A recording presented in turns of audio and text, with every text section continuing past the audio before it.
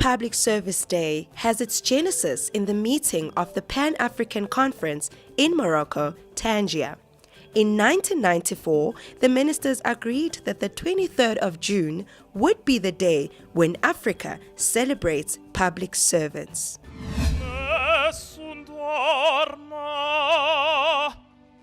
nessun dorma.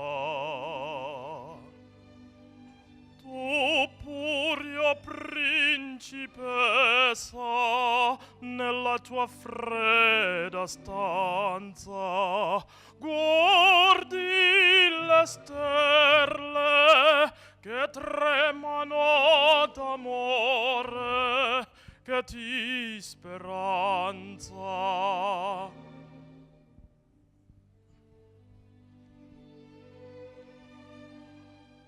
Ma il mio mistero è chiuso in me, il nome mio nessun saprà, no, no, sulla tua bocca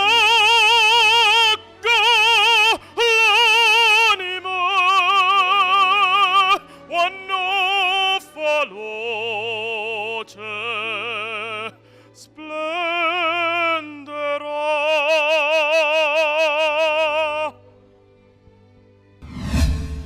For today, the purpose and the theme for Africa Public Service Day is focusing on combating corruption in the public service institutions through stakeholder participation, ethical leadership to realize the objectives of the Agenda 2063 and the Sustainable Development Goals. So it is extremely important that this day will be providing a platform for us to reflect, for us to share, and for us to also entrench the reforms that are required on this particular continent to deal with the scourges of corruption. Civil service is very key, critical in terms of policy, managing resources, which are the budget of the country, directing them to the right targets to make the right impact. However, corruption, incompetence, malpractices sometimes impede and delay the transformation we want. The month of June in South Africa is the month we commemorate Youth Day, June the 16th. The theme for the 2018 Youth Month is Leave the Legacy towards a socio-economically empowered youth.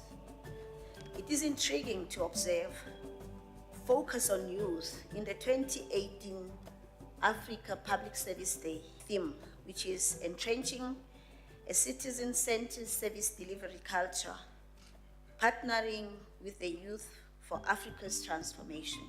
One such empowerment initiative undertaken by the government of South Africa under the leadership of President Cyril Ramaphosa was when he launched the Youth Employment Service. We call it YES program. The YES program aims to prepare young people for work through training and matching programs.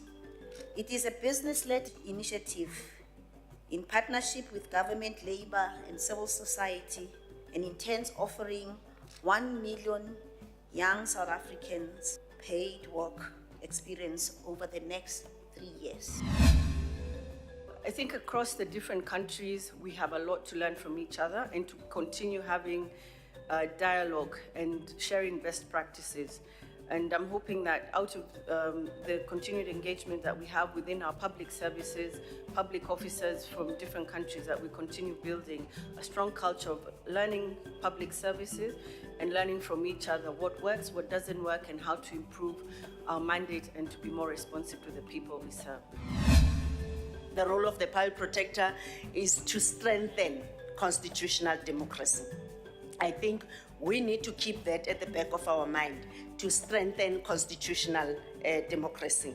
The public protector then investigate conduct, not any complaint, but then the conduct which is improper, and that conduct should be performed by a public servant. therefore meaning the Pile Protector doesn't have jurisdiction over private individuals. The Pile Protector then needs to take appropriate remedial action which will change the status quo, making sure that whatever the maladministration which has been there is no longer perpetuated further. Why is it so difficult for the Auditor General? We submit these documents, they proclaim clean audit, etc., irregular and wasteful expenditure, at Mfulen as an example. Why is it so difficult? Or what is the hindrance for the Auditor General to submit that document to the Public Protector?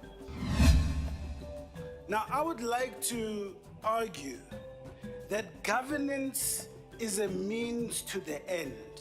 It is not the end. Governance is a means to an end. It is not the end. My question to you is, what is the purpose of a clean audit when 3.3 million South Africans are still living in shacks?